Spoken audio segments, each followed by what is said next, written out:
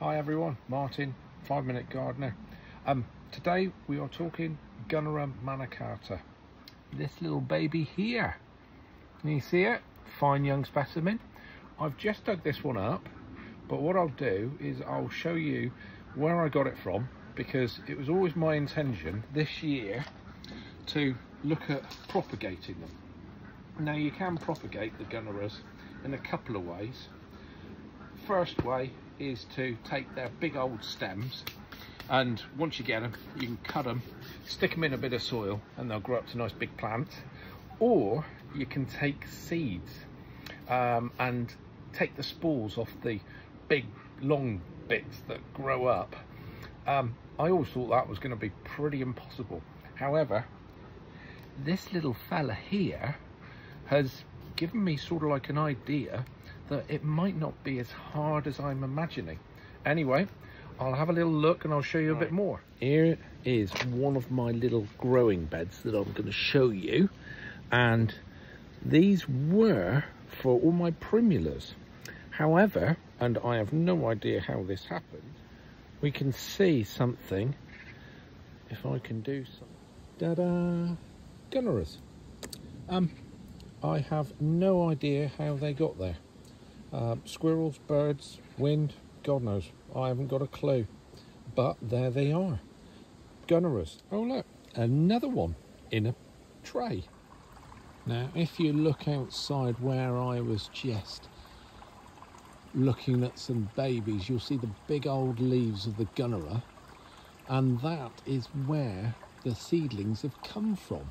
Well, I call them seedlings, they're more spores. Well, I'm presuming they've come from. There's a big one there, which is, as you can see, it's starting to die back now in autumn. But I've no idea. I just found all of these little Gunneras growing around.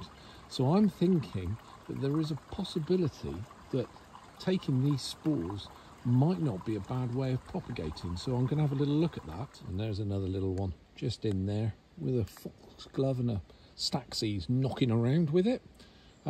Utterly bizarre. Okay, so here we are in the Gunnera bed that we've just seen from the other side of the fence over there. There we go. I'm standing in a little doorway there. Anyway, here's the guilty parties, I think, who handed out the spores. And obviously the spores come from, if I get in, because these leaves are a little bit unforgiving, in there. You can see the little monkeys. Now, I've never taken any seedlings from these, but I'm sure with what I've just seen on the various little plants that we have, that it can't be too difficult. However, let's have a little look around and see if I can find any seedlings around here, because my head says that if they're growing 30 odd feet away, surely they must be around here where the Gunneras actually are. So anyway, right, without trying to damage myself too much, it's okay, that wasn't my leg, that was a Gunnera branch or leaf stem. Right, now I can't see any, so I'm thinking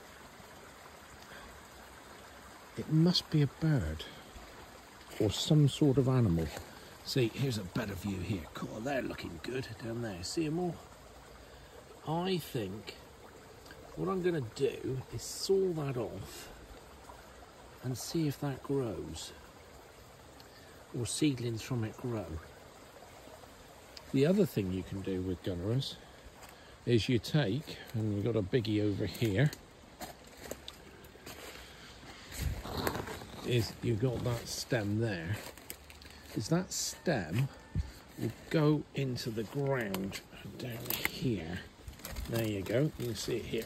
It's all going here, along here, there.